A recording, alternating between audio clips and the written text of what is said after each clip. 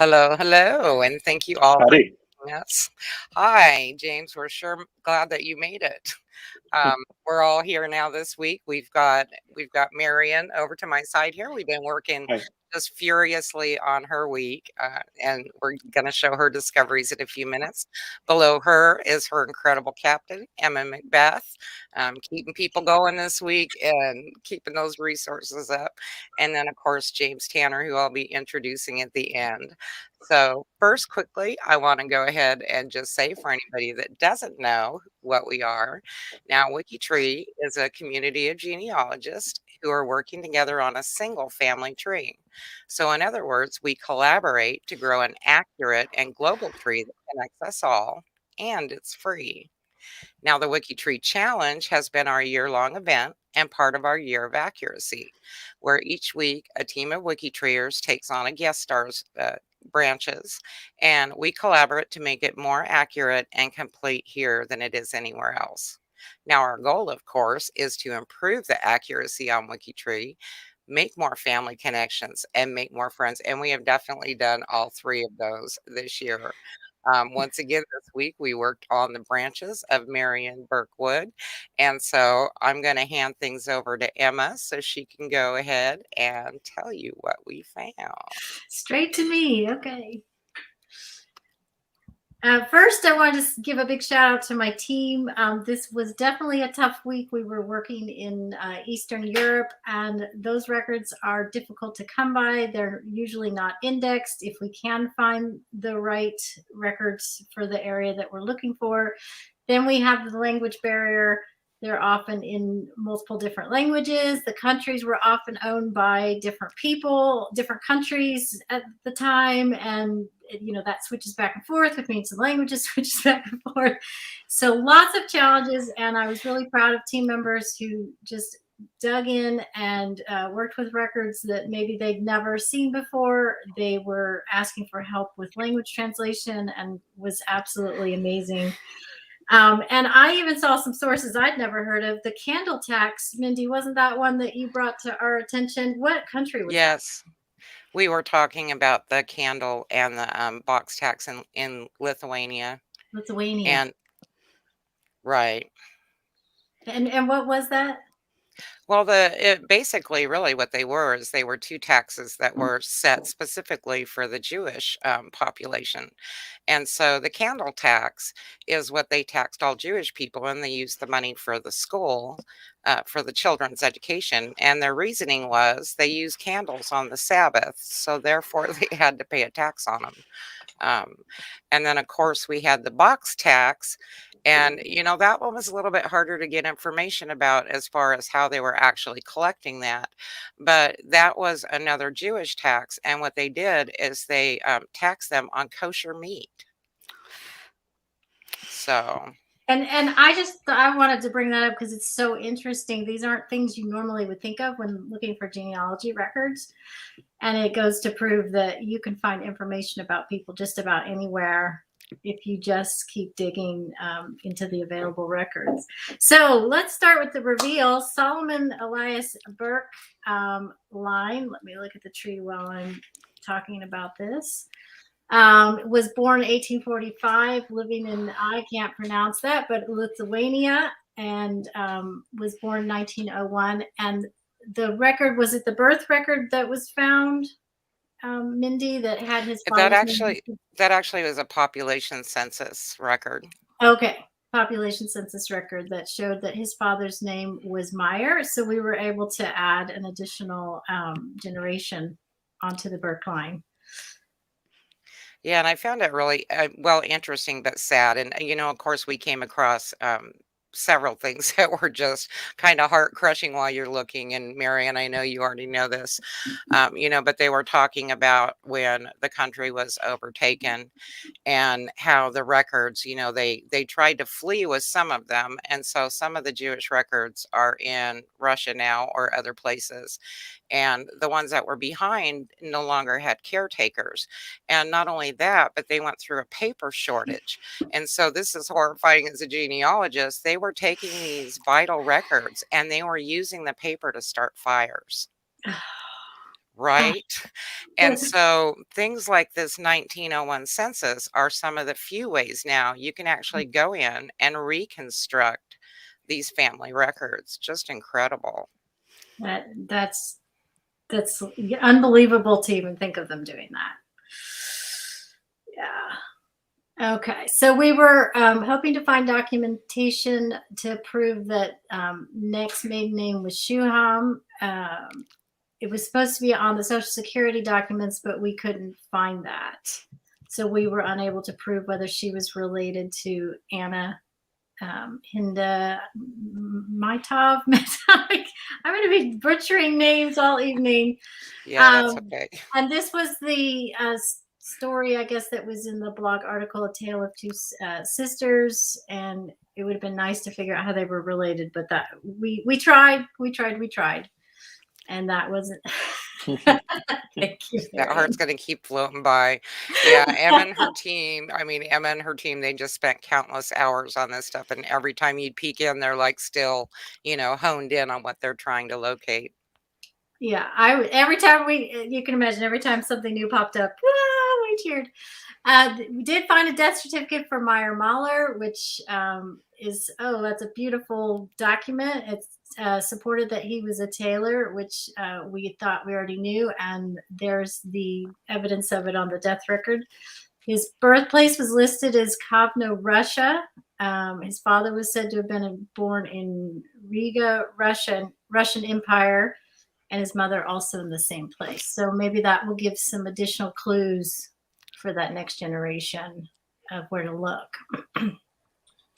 And I think there's a lot more records available for the Riga area. It doesn't seem to be as, destroyed as some of the other ones that people looked in. Okay, the Jacobs line. Let's look on the tree here to see where we're at. There we are. Okay, didn't find anything new about Tilly Rose Jacobs Mahler. Her birthplace was either Riga or Latvia. She married Meyer Mahler, Taylor. Tongue twister. And I know that came to New York. And she and Meyer had at least 9 children and lost 2 at a young age. Wolf at age 3, and then Sundell at 1 day old. And Tilly was then widowed at age 50. However, records were found for her brother Joseph Jacobs, who married Eva Mikhailovsky. In 1900, they lived next door, which you can see right there in that image. They lived next door to Tilly, along with 3 of their 5 children. And Joe was a peddler, and he lived to the age 54 and died in New York City.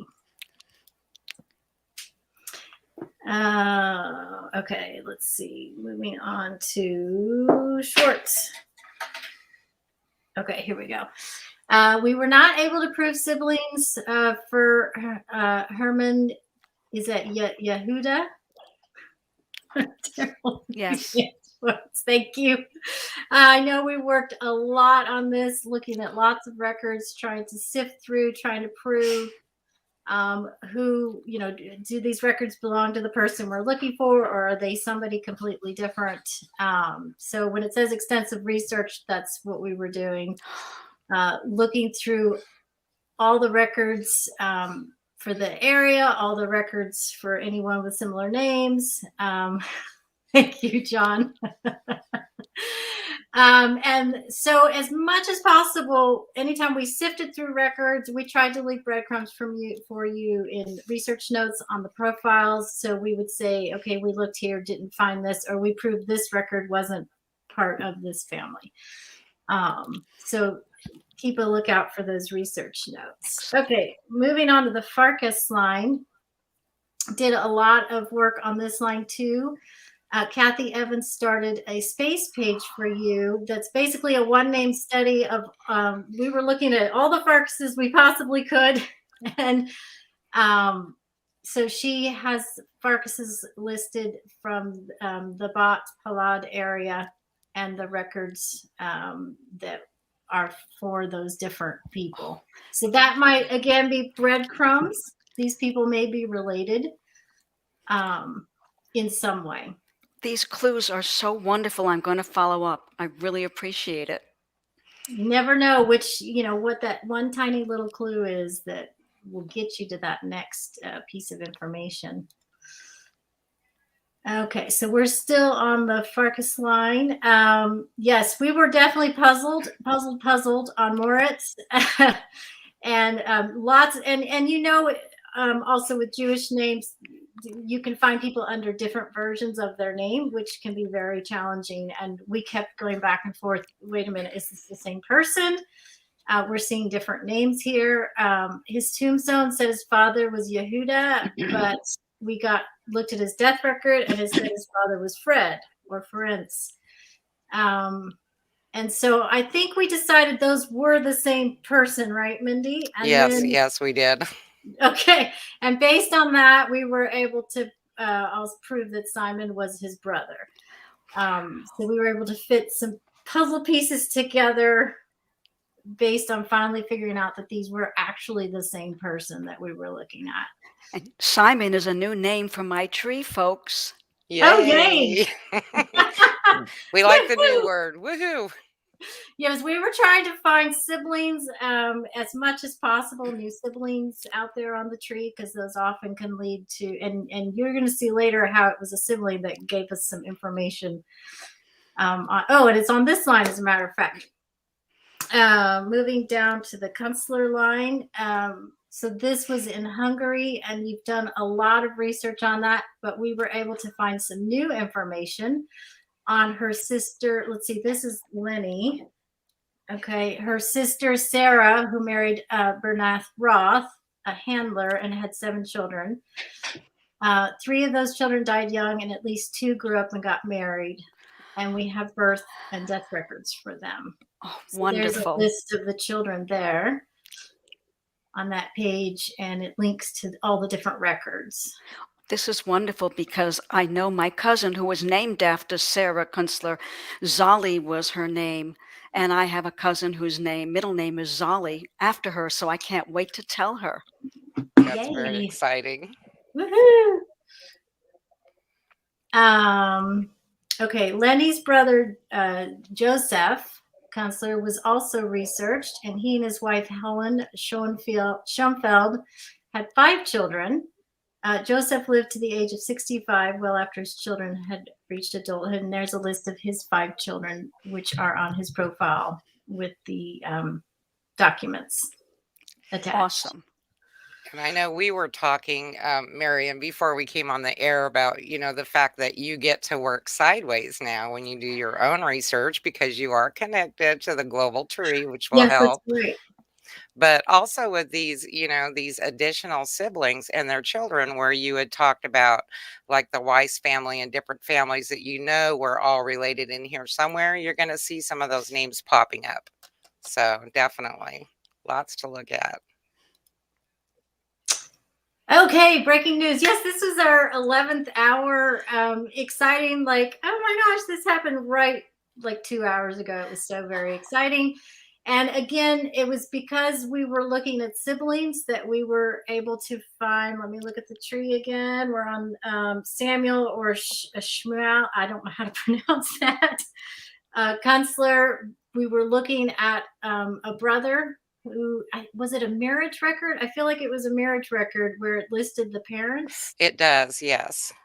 And we were able to find the parents for Samuel, and those have been added to the tree just like an hour ago. So that was so exciting. Emma, that takes us way back into the early 1800s now, the earliest I have in my tree. Yes, Right. This is the oldest. You now have 3rd great grandparents on your tree for the first time. That is very, very, very exciting. Thank you to Jackie, who was helping us. Was it the Hungarian records she was working through? She just went, every time you turn around, she was picking another village. And for some of us that were researching, we were doing what we could because we could read the records. But without the geography that goes with it, and she would know, oh, this village makes sense. I'll look in this one. And so she just sat there and paged through record after record after record in these villages looking for stuff. And of course, we had Lewis Kessler this week. Thank you very much, Lewis, to ask questions Yes. of if people had, yeah, there goes a heart, if people had questions about the names or how things, should be formatted. And I know after we got that exciting news from Jackie, he was working on adding that new person. So you'll be able to go and see his children and his family after this. It was very, very exciting. And there may be more information, but because this was so brand new that we just barely have touched that information. So it's worth digging into and seeing how much more can now be found. Hopefully more new cousins. Yay! On that section of the tree. I know, which is what we like. And this was so last minute. I mean, this was your brick wall chart. And just to show people this is extensive amount of research that Marian had done. And oops, sorry, my mouse was not listening to me. And so some trees, we've been able to get in there and get back to the ninth, 10th generation, but with the destruction of those records and it being so sparse, certain time periods only that you can find things, it's definitely so much harder to work on like the Lithuanian and the Hungarian lines. And so, we could only take it out so far, but doing her WikiTree branches now, which should be really, really complete. And then I know Marian's excited about going in and fleshing out her grandparents and the people that are closer to her. But as far as the other ones building out, those profiles are beautiful. Once again, you have some really great notes from, everybody that worked on it this week. If they didn't find something new, hopefully you can with a, laundry list of sources and whatnot that we have checked. And then you'll definitely want to check out the space page. Once again, if we would have had 2 weeks for this, we probably would have had a few more one name studies going. We would have added the shorts to that and we would have added a few more. But definitely a lot of fun. Jackie's pointing out it is definitely a real work of collaboration, and of course it is. We have people that are reading the records, but we also have people that are helping in other ways that don't get the mention. And I'll tell you what, everybody that went in and did anything on this tree this week, I'm just so proud of you guys. You did a fabulous job. You did a fabulous job. I'm so impressed. You took me back a generation. You also helped me laterally. And any research notes that you left for me are going to be things I can follow up on and build on. I can't tell you how much I appreciate the head start you gave me on in 2022, taking my work in progress and taking it to the next level. And also, Mindy touched on this, but we got you connected to the global tree. So I don't know if you know what that means, but now you can go to any profile anywhere on WikiTree and click at the link at the bottom and see how you were related to them. So that's a very exciting feature that WikiTree has. Fabulous. It is. We love our connections and we love our relationships too. So everybody was waiting for it to refresh so we could check and go, oh, okay, we would connect through this line, and now I've got it. What we like our cool tools at WikiTree. Our people work really hard to give us some really neat apps and widgets and things that we can work with and work on our family. But that's just one of the smaller perks that we have a little fun with. So yeah, you'll get to use those now. And if you have any questions at all, definitely reach out. We can help you learn how to use those. Thank you so much. I cannot tell you what this means to me. It's just a gift. Thank you all for working so hard on my tree. And it was our honor. We kind of invite ourselves into people's lives when we do this, when we come in and we play with their ancestors' branches. But to me, it's just such a beautiful gift to be able to give to somebody else. We all work together anyways, on different projects and different things that we do. And we see each other around the WikiTree branches all over the place. But this has been just a really eye-opening experience this year. And it's been wonderful to give this gift to our guests. Thank you. Okay, so now I get to talk a little bit about the points and how we work things here. Collaboration, of course, once again, is key during the challenge, and that's what WikiTree is all about. And so that makes sense. Now, one of the ways that we collaborate is to use the spreadsheet that you see on the left. That when you get 25, 35 people working on the same branches, and trust me, we had quite a few this week, and it was even harder because we were starting from such a small base. You really want to say, hey, I'm working on this one, so somebody else isn't researching the same exact thing, or so that you're collaborating if they are.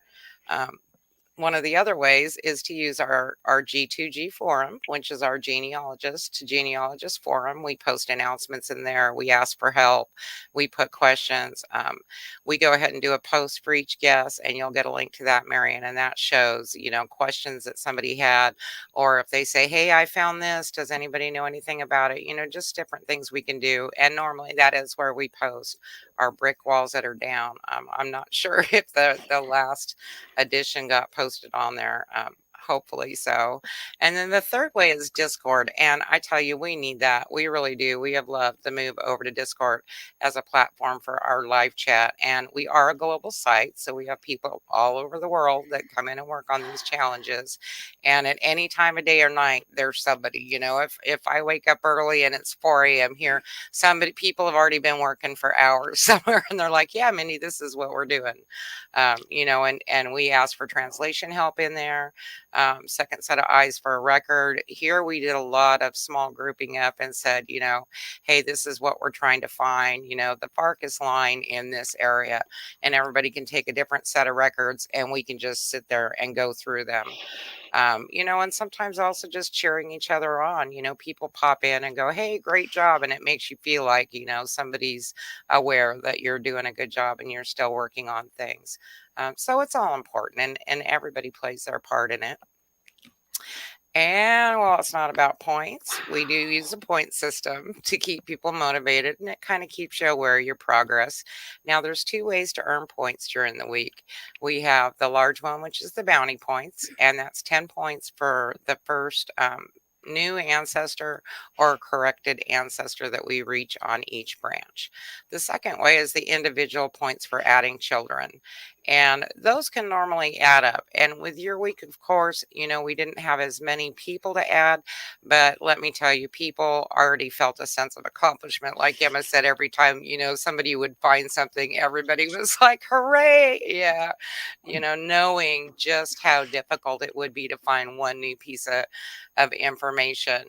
And so we do, though, look at the scores at the end of the week, and the person with the top score is our MVP, most valuable player. We also like to acknowledge the top 5 participants. And so here is what we had for this week. Now, Cheryl Hess was our MVP because she was the only one with bounty points for most of the week.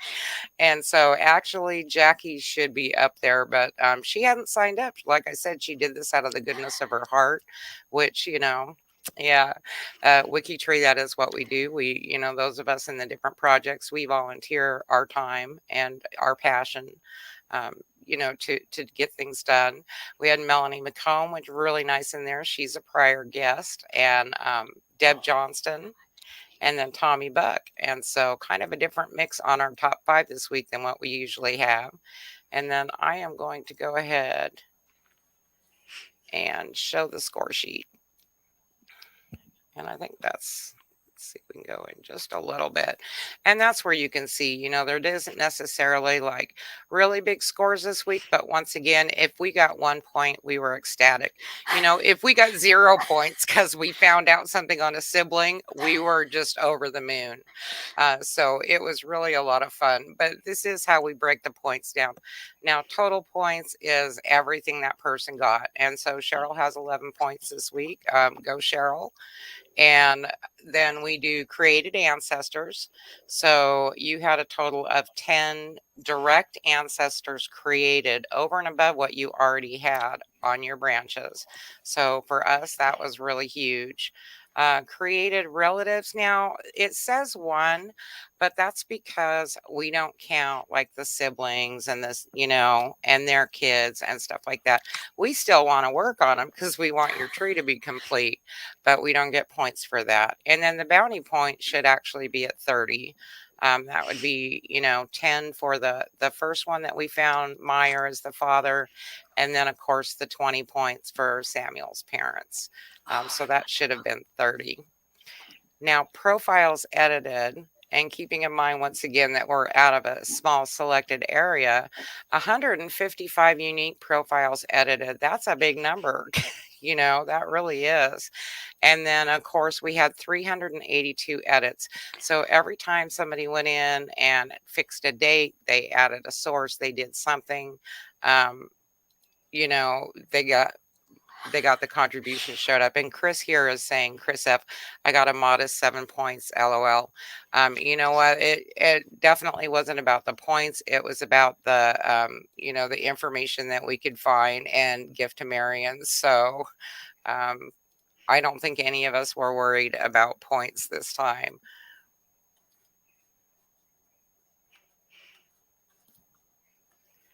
Okay, and then if we don't have any other questions. Yeah, and Chris says quality over quantity, and definitely, we want that quality to be there. We want those profiles to be complete. We want them to be accurate.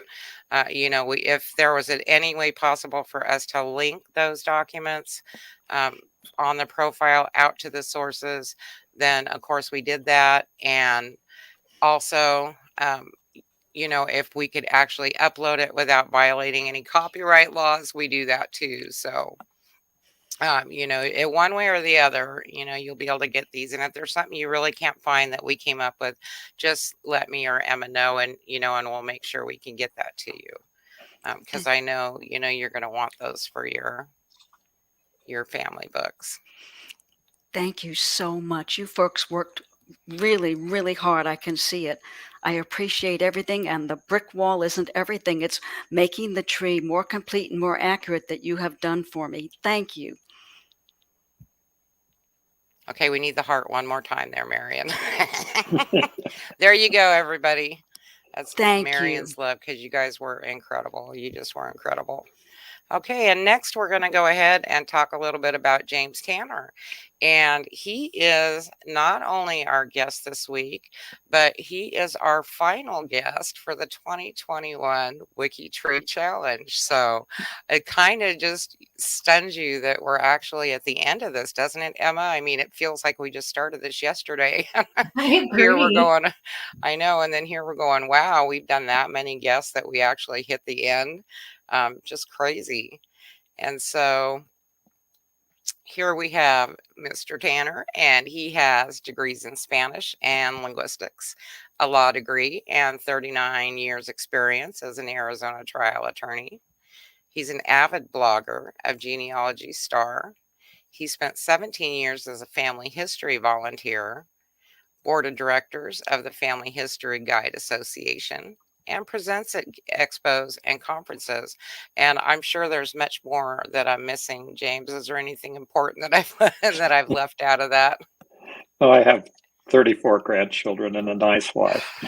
Oh, Lordy goodness, that's important too. You got me way beat. I've only got 11 so far. I got a ways to go. So that's probably the one thing. And it looks like you just fit right in with all the rest of us there at WikiTree. You've done some volunteer time, and you like to make sure that people get information about, how to do things better. So what actually got you interested in genealogy? Well, my family, probably my relatives, great grandmothers and other relatives have probably been involved in doing family history research for over 100 years, probably 120 or more years. And it wasn't like I was really interested. I just knew it was there all the time because we had surname books, whole books full of information about our family. And we were, what I had been told constantly, I guess, kind of a background thing is, oh, well, Grandma did all this work and everything's been done. You don't have to worry about it. All your genealogy's been done. And I had an occasion where I was involved in, let's say, a challenge to get to get some additional basic information about my family.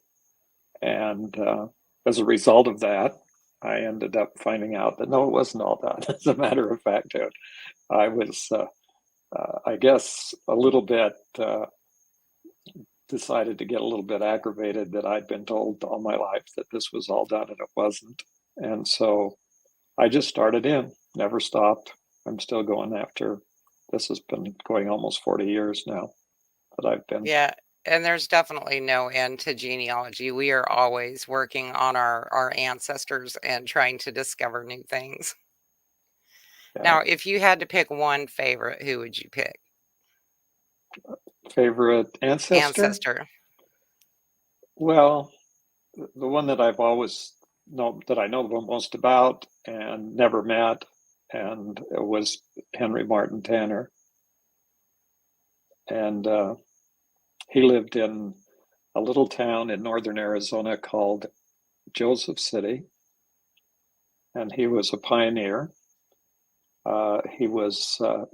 He and his wife, right after they got first married, were called as volunteer missionaries to go down and settle along the what's called the Little Colorado River in northern Arizona.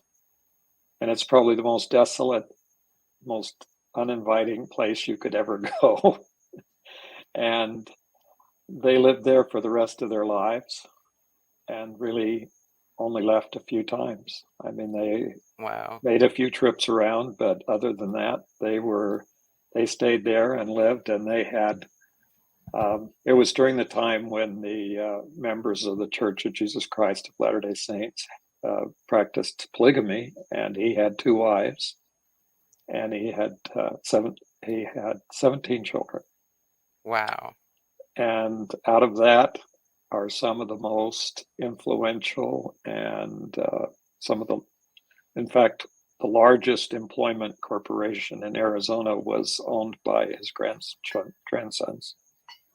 So out of living in the desert out there in the desert, all of the children all became judges and lawyers and doctors and heads of corporations. And that's just incredible. So it was a kind of an incredible person. So, yeah. Now, what kind of interesting stories have you found out about your family? A lot of interesting stories about my family. I don't know, where would you start with, all of the stories that there are? They're just, they were, I guess a lot of people are motivated by the fact that they think they're going to connect to royalty or they're going to connect to a famous person or whatever.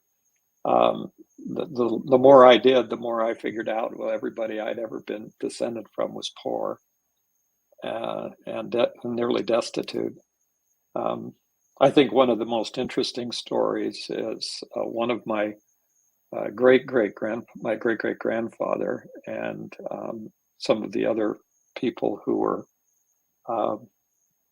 some of my other lines. I have 2 lines, 2 of my family lines that go to where the people came through Australia, and I think that's, to me, some of the most interesting part. Probably one interesting story is that the family who came, they left England and came to Australia. They weren't transported. They weren't criminals. Wow. What happened at that period of time is that the parishes, and this was in Huntingdonshire in England, the parishes were really kind of too tightwad to have poorhouses, so they didn't like the idea, And they had passed a law in England allowing for families to be transported. They were encouraging families, encouraging them, saying, well, if you don't go, you're going to starve to death. But that was kind of their encouragement. But what they said was they needed people in Australia because they were trying to consolidate their hold over the continent in the British Empire. So they actually paid the way of the whole family to go to Australia. And the interesting thing is that they were nonconformist, meaning they were not members of the Church of England, but they all had to be baptized before they would send them to England. So we find those families that went, all of the children are baptized, christened on the same day. So Oh, that's funny. So there's interesting things like that. So what we get is they arrived there, and then one of the daughters married a transported person who was living there in Australia. And then he got a divorce from her. Well, I don't know if there was ever a formal divorce, but he left her and ran off with her sister. And then because of the law at that time, once he married someone in Australia, he was released from his obligation as a criminal. So he got in other words, he was given a pardon for being a criminal. And they were really desperate to have people, to live there. But he ended up taking his wife back to England, and they had a family. And so now I have families that go through Australia and their descendants, and then one of the families, the Stapleys, and one of the members of the other family, the Parkinsons, got married, and then they got married coming to America on the boat. And when they got here, of course, those are my great grandparents. Now, did any of them actually stay in Australia? Oh yeah, the whole rest of the family did. So I have, innumerable number of relatives now in Australia, as well as a lot of other places around the world. So it's just kind of interesting how that whole history. And what we found was all the records. The guy who married my great great great aunt, we found his arrest record, his arraignment, his trial records, his sentencing, his transportation record, his arrival in Australia record, and we traced that guy every step all the way to Australia and then all the way back to England. So it's been a lot of those kings have been quite interesting and it's quite a discovery. But that's, there's thousands of those stories. Well, that's part of what's fun, though, is, finding ways to help bring those ancestors back to life and make them personable and see them as something besides a name on a census record or. Yeah, no, they're very, very much so. That's very important that people understand that they're still people. They're people, and they deserve being remembered. Now, when did you first discover WikiTree? I don't know, but here's an interesting thing I thought I'd show you.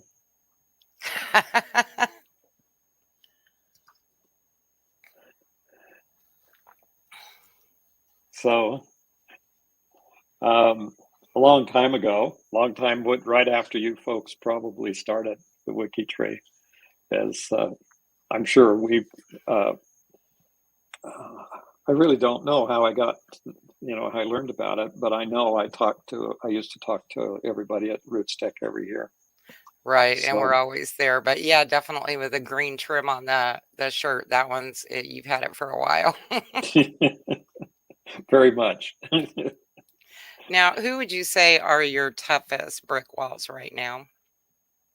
Oh, well, the ultimate one is William Tanner, but that's the kind of brick wall where it's not necessarily a brick wall of too little information. It's a brick wall of too much information.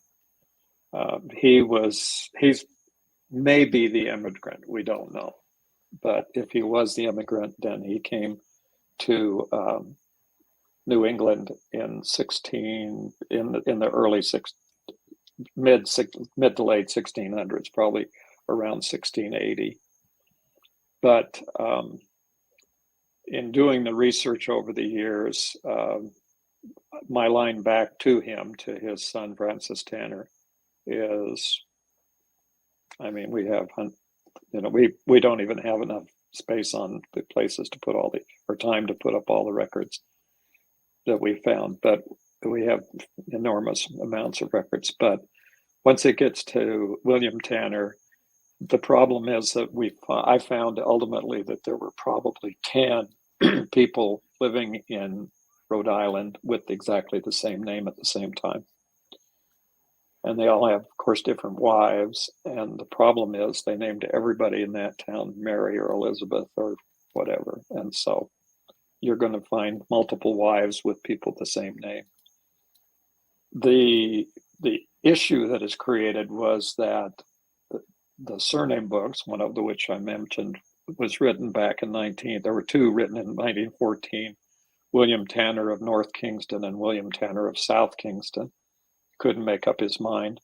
And the two books, both of them have speculation. They have there's no facts. Unfortunately, what's happened over the years is that people have just read the books and copied those names into their family trees.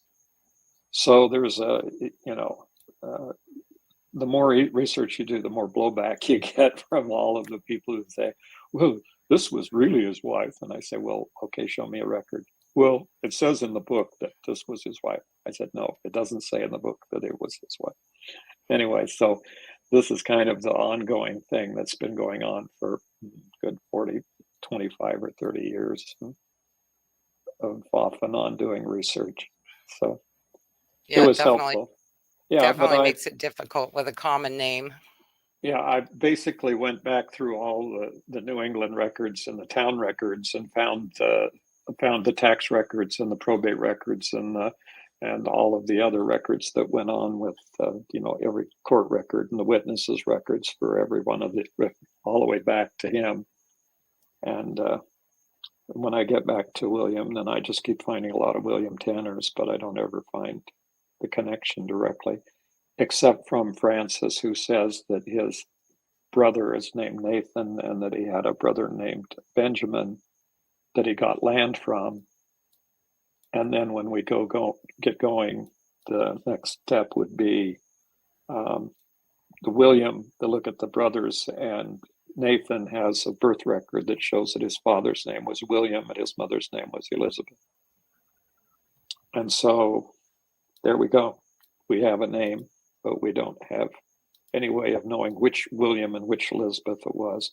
There's actually a burial record, a burial plot. Part of it is a cemetery, but they're buried outside the cemetery, and it's I've been able to show that that's actually very close to where the land was that they owned, and that Francis Tanner had a home, and William Tanner had the home. It's on the third tee of a country club in Rhode Island.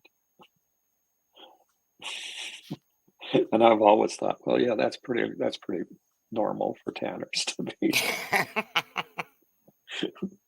Anyway, so there's the worst, the top one. The biggest one. Who would you say is number 2? Oh, David Shepard. David Shepard's a verified Revolutionary War veteran. Died a pauper, died without a penny. Owed money to everybody when he died. And there's a pension file, there's probate records, there's everything. Nothing tells who his father was. There's not a record ever showed up that says anything about who his father was. And we've had a couple of people try to make up fathers, but they've always never had a record. They just pick some name and tie somebody to him. And there are lots of Shepherds. It's not an uncommon name, and it was not uncommon in New England, so it gets a little bit difficult. But that one's always been out there, and I just in the last couple of weeks kind of made a breakthrough in it because I found well, I should have known this a long time ago, but without the internet, you would never find this stuff. Right. And so basically, I found a book called Shepherd Families of New England, and it was by Donald Lyons Jacobus. And I went, oh, well, what does he have to say? Anyway, he has separated, Lyons separated everybody into the Shepherd families by the known ancestor. In other words, the verified ancestor. So he has all these shepherd families that are not interrelated. He has no connections between those families, but just because shepherd is it's a generic, it's an occupational name. Right. So it's like Tanner, we're not all Tanners are not related. And so he did that. And at the end of the book, he has an appendix, and the appendix is David Shepherd. And he said, nobody, we've gone through every record that is, we know of in existence, and we have not found this person. We don't know who he is. So you never know. Well, it sounds like you definitely have some challenging lines. Well, the problem with early New England immigrants, and this is probably something that not too many people are aware of, and that is that there was a significant number of people who came from Western Europe and primarily from Great Britain, the British Isles, who were transported in the sense that they were either transported as criminals or they came across as indentured servants. And the estimate is as high as 40% of the people who came early on. And so many people say, well, my ancestor couldn't have been an indentured servant because he was rich and he owned land. And I said, well, that's what happened when you got to America, but that's not what they had in England. Right. And so it's always in the back of the mind there, likely when you hit one of those immigrants at that early time, that doesn't show up in the Great Migration or any of the other books or any of the other studies, that they changed their name. When they got here, they saw that there was free land someplace, so they just walked away from their indenture and changed their name and became somebody else, and that was their life. So, and and they're so far back, of course, that DNA is only mildly, probably not helpful at all. So there's no way you're going to find that family through DNA, because it's going to be like a massive cloud of people. So anyway, those are some of the ideas and some of the background. So what do you hope to see the most in participating in our WikiTree challenge? Oh, I was just fascinated by the idea. Well, it really is something incredible to watch. My heart goes out to Marianne, because that is the kind of thing that I just feel great. It's like the greatest thing is to be able to move backward with those families that are so difficult in Eastern Europe, and it's that's a great benefit. I live in the vast sea of 10,000 or 15,000 DNA matches and 20 to 30,000 record hints on ancestry and my heritage. And Marian says, "Oh, in my dreams." I could literally spend the rest of my life full time just evaluating record hints on the major websites. There's just no time to do all that kind of stuff. And so I just have to kind of pick my lines. My most recent one was that was a surprise to me. Was a line that led back to the Netherlands, because that's the first time out of the British Isles that I've ever verified anything at all. So, And I saw somebody already scoping out that line earlier. Well, you They go were like, back. "Well, we couldn't help Marian, but you know what? We can help him." Well, the Jewish line, the DeFries line, they're interesting. They were the grandfather, the George DeFries was. There was a doctor to DeFries, but their ancestors were basically, if their ancestors were basically feather merchants for generations. And what they did was they sold the feathers that went on the headdresses of the funeral horses. Huh. And they had to, because the horses would knock them off and everything, there was like this constant Need. for a supply of these plumes that they had on the front of the horses. And so that's where they made their living. The rest of them were crooks, counterfeiters, and were thrown in prison. But other than that, but going back in time, it was really interesting to get back because whenever I do this, I have to learn all the history, so I have to go back and figure out the entire history of the world there, and found out that because of my Spanish and Central American and all of my Spanish background, it was interesting to find out that the time period, or focus on the time period, that Spain was actually in control of the Netherlands. And so there was a Spanish Empire in the Netherlands. And because of that, there were no Jews in the Netherlands, at least they would admit they were Jews. And so all the Jews began to show up in about 1630, 1640, because before that, they were there. And so there's kind of that barrier, because once you get to that level of the 1630 whatever ancestor, Right. everything back to there is well documented, but past that, it's just free for all.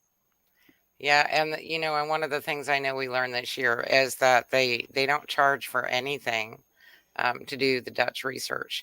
All those records are free. Everything is 100% free. So, I know it's a little bit hard for them to understand how, like in the US, we have to use Ancestry and paid sites because otherwise you can't get at some of the documents that we need. But we've done a lot of Netherlands research in our Dutch project. There's some just crazy good people in that Dutch project. They're all wonderful. And, they've taught us a lot about researching those records this year and building the family trees out.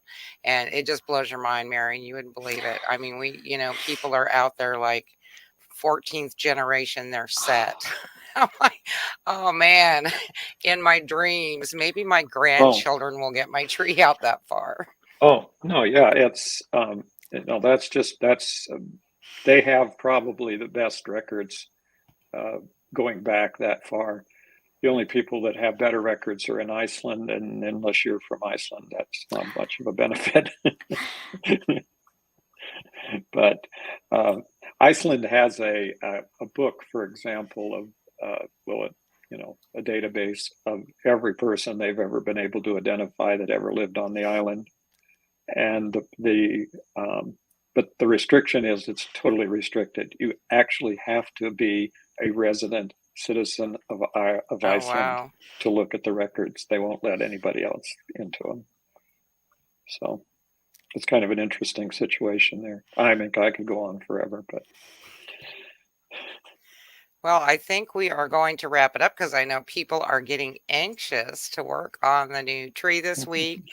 I want to thank you again, Marian, for letting us give this gift of your ancestors to you and letting us play in your branches. I want to thank everybody that worked so hard on her research and her ancestors. And yeah, lots of Marian love. You guys were just amazing. You never stop, cease to amaze me. And for everybody watching here, of course. and for James for coming on this week and letting us start on to his branches as well. And I know, once again, everybody's anxious to get started on the new week. I think we'll have a couple of holdovers that'll still be looking at Marian's records, and then the rest are just going to jump right into those Tanner branches. So thank you, everybody, again. Don't forget, you can check us out at wikitree.com. Like the videos, subscribe if you'd like to get notifications, and we will end this for the night. See you next Wednesday. Okay, thanks. Good We'll night. see you.